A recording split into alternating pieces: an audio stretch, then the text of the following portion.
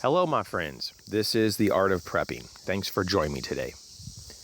I'm going to be walking around outside doing this voiceover, so you may hear birds and stuff. Sometimes it's easier to walk around the property and do a voiceover than just being stuck in the house. And so today's topic, though, is going to be about longevity or the storage potential of food. I get this question sometimes, and it is quite confusing, and I can totally understand why there's a lot of misunderstanding about what type of food you should have and how you should store them and so forth. So I'm going to be kind of hitting this the best that I can.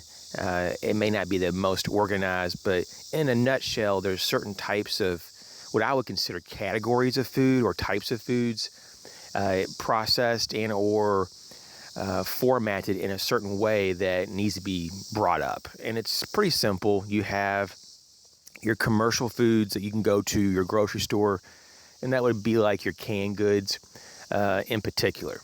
And those, they have an expiration date, or at least a best buy date. A lot of them don't even do the expiration anymore. So the best buy date typically just says, hey, if you eat the food before this date, the best buy date, you will get the maximum nutritional, contents of this food. And so you get the most bang for the buck. After that, the nutritional content starts to break down. It's not that you can't consume it. It's just you don't get everything that you could if you ate it earlier. A lot of times, though, people have a kind of a rule of thumb that, 2 to 3 years after either an expiration or best buy date, that they just pretty much don't consume them anymore. Obviously, if you have any kind of cans that are dented or bulging, you want to avoid them just because they could have botulism in there and they could be spoiled foods. In terms of other types of foods, like you can get at the grocery store, you got various types of foil packets, or they use like a type of Mylar packets. Those are pretty good. They typically last about a year, is what I've been noticing. And a lot of those use like dried foods and goods that are in these packets. And that would be pretty decent for a short-term emergency food supply. And they're very lightweight. You could use those if you go camping, for example. But a lot of those, especially since they're dried, or even freeze-dried for that matter, require some type of reconstitution. So you have to introduce water, let them soak a little bit and or cook. And so there's a lot more of a process there. The next category is going to be like your dehydrated foods. This is something that is probably one of the most common because it's probably the most affordable in terms of the prepping community. You don't get the best retention of nutrients this way. It's not horrible, it's just not the best. The best way to store foods for the maximum nutritional content is freeze-dried, hands down. You get pretty close to the same length of storage between dehydrated and freeze-dried. So there's a misconception there. But there's certain foods in both categories that just don't last as long as others. And this is where it can get really confusing. So when you're talking about like dairy, eggs, and things like that, you're typically looking at about a 10-year window. And that includes like processed soy and things like that, typically speaking. Now, if it's unprocessed, you're typically looking at between 20 to 35 years. Between 20 to 35 years, especially for the freeze-dried. But there's a lot of foods, though, that are just basically dried, dehydrated, that can get the 20 to 35 years as well, like corn, for example, oats, and there's a whole bunch. You can easily look this up and figure out what kind of foods that you eat and which is going to last a long time. There are some foods that just last indefinitely, like sugar, for example, or salt or honey. as long as it doesn't get like wet, and you don't have any kind of rodent problems. So yeah, I mean, this is kind of complex, but in a way we don't need to go overboard with worrying about, is our foods, that we pick going to last the longest among everybody else's. In 20, 30, even 35 years from now, most likely you'll probably have rotated through that food. I mean, there are some people who buy things and they just forget about them. They just put them in a closet, and it may be 20 years later before they come back to revisit what they even have. But I would invite you, even in your long-term food supply, I even do this, that like once a month, take a number 10 can, or if you have the pouch systems, if you've gotten, a prepackaged food supply, just tear into one of them. Like, for example, it takes me a couple weeks, sometimes almost a full month, just to kind of integrate maybe a number 10 can into my my meals, for a full month. So, I mean, you can kind of break down and use some of your long-term food supply and put it in rotation, just like a short-term food supply. You just don't use it as much. And you may say, well, why would you want to kind of do that, Well, first of all, you get used to eating that food. Number two, you get used to preparing that food. And thirdly, you can constantly, reintroduce fresh batches of food to that supply. And I don't mean constantly in the sense like, oh, every week you place an order. I'm talking about maybe like every 6 months you place an order to replace maybe the 6 containers that you used in that 6 months time period. And so you're doing a very slow rotation of food, but you're still introducing food. You're not just forgetting about it. And so I think it's an option. I did this a few months ago with my scrambled eggs, and those are kind of expensive. There are some foods that you'll kind of hesitate to even use in your long-term food supply just because of cost. And I kind of understand this. So I'm not saying you have to, use the most expensive foods that you have. Maybe you just use the more common foods, that are maybe more inexpensive. But I did break into some of my scrambled eggs. It was a number 10 can. And I kid you not, it took me 5 weeks to eat it because it was just me eating this particular food. And I was using it several times a week. I think maybe like 2 to 3 times a week I had meals. And some of it I even made like double helpings. I mean, to the point that I couldn't even finish the meal. And I had all this egg.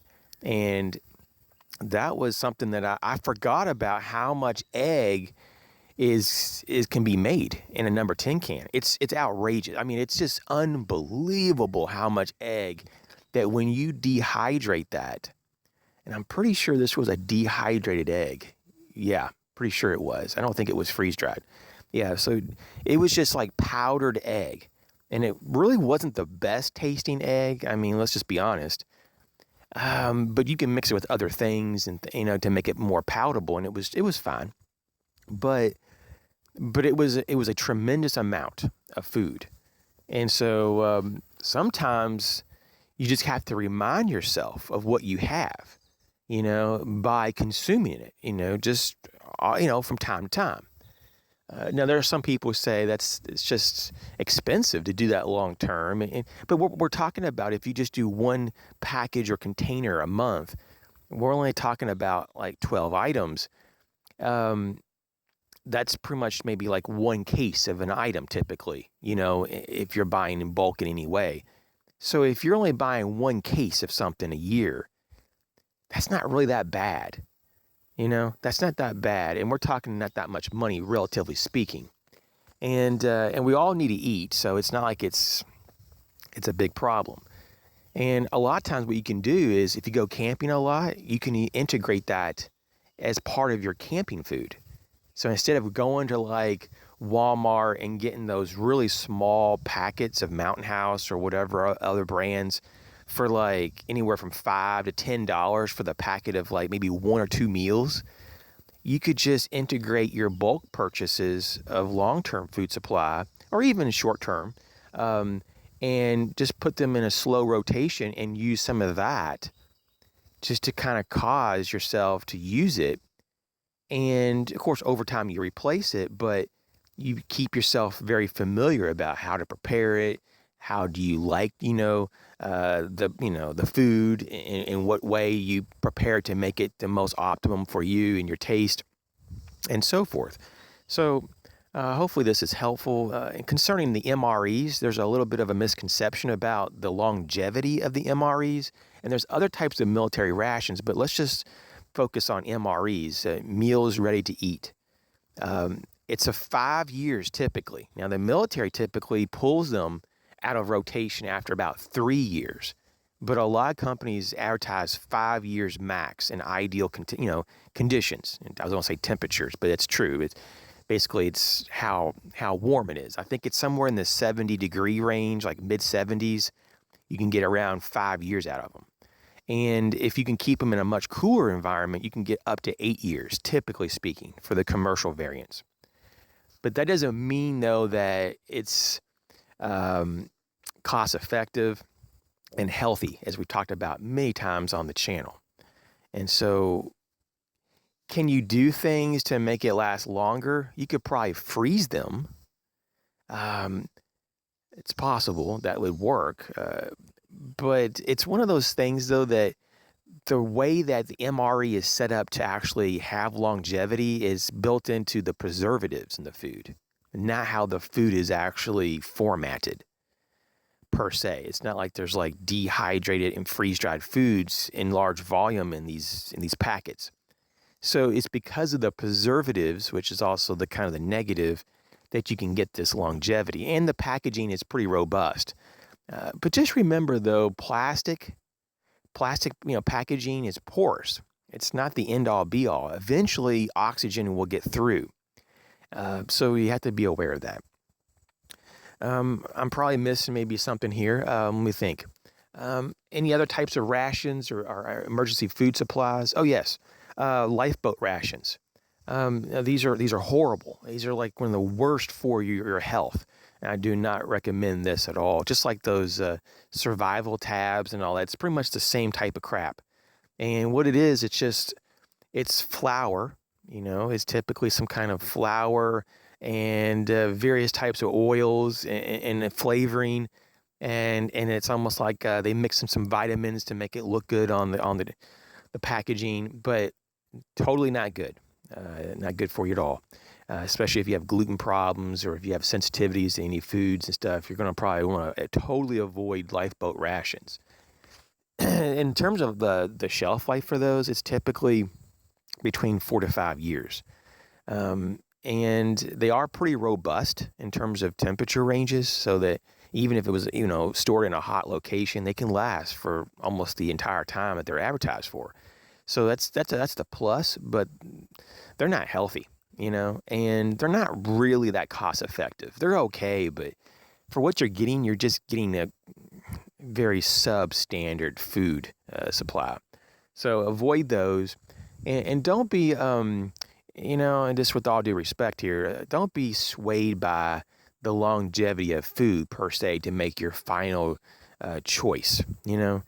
Unless you're just that kind of person that wants to purchase something and just forget about it for 30 years, then that's one situation that you can look at as making it a higher priority of what kind of food. But for most people, if you're going to have even a very slow rotation, or if you're going to just maintain a food cache, it makes a lot more sense to buy the things that you like and you can afford, and that you're not so much concerned about longevity of food, but the quality of food.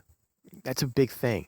And so it's real easy to box in and label some types of food, better than others. And while it is true that some of them are better than others, objectively speaking, there is also a point, though, that we all have different preferences on like things that we like. And it just may be that some of the things that we like don't store for very long, And so even if your food is only going to be able to store for 5 to 10 years, that's fine. That's not a bad thing per se, Because in 5 to 10 years, what are the chances of it still being around? You may have consumed it and replaced it maybe several times. And so I wouldn't get hung up on that. I do get some questions from time to time about, should I just get a month or two of MREs and then, a year supply of like freeze dried food because of the longevity. And everybody's trying to make it super simple, which I appreciate that. But it's also, let's not forget about just adding a few extra groceries that we already get, into our short-term and even long-term food supply. It's not like we can't use our own grocery stores to help with this problem. And so I think the majority of stuff, for the price is going to be the best coming from sales and coupons from our grocery stores, not going to a specialized long-term food manufacturer that, demands top dollar. Even with sale prices, it's still top dollar comparatively.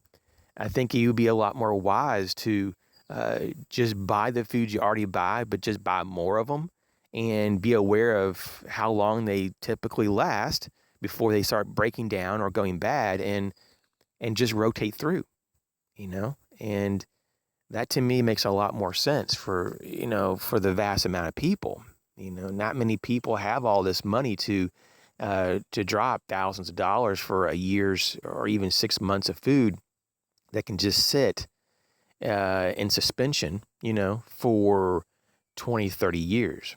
And so that's not the goal here. To being prepared is not just to, get all this food that's exotic or, specially packaged and all that. It's nice if you can do it. I'm not totally knocking it, but, I have a mix of all this stuff. And the older I get and the longer I do this, the more I'm like, man, I sure paid premium comparatively if I was just to continue to add a few things from the grocery store every week. That's really the secret to a lot of this, is getting a lot of things in bulk when they're on massive sales, clearance sales, blowout sales. I mean, there's times that in my previous residence before I moved years ago, because there were so many like stores, and Walmart had a sale.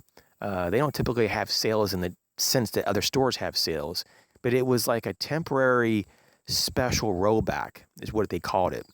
And they had all their canned goods. It was just vegetables. And I don't know how long this lasted. It was probably just a few hours, I would imagine.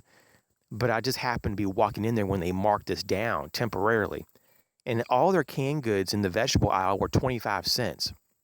And I took 2 shopping carts and filled them to the top, and to the point that I had to get someone else to help me push the other cart. And it came out to be not very much money, and I had a crazy amount of food.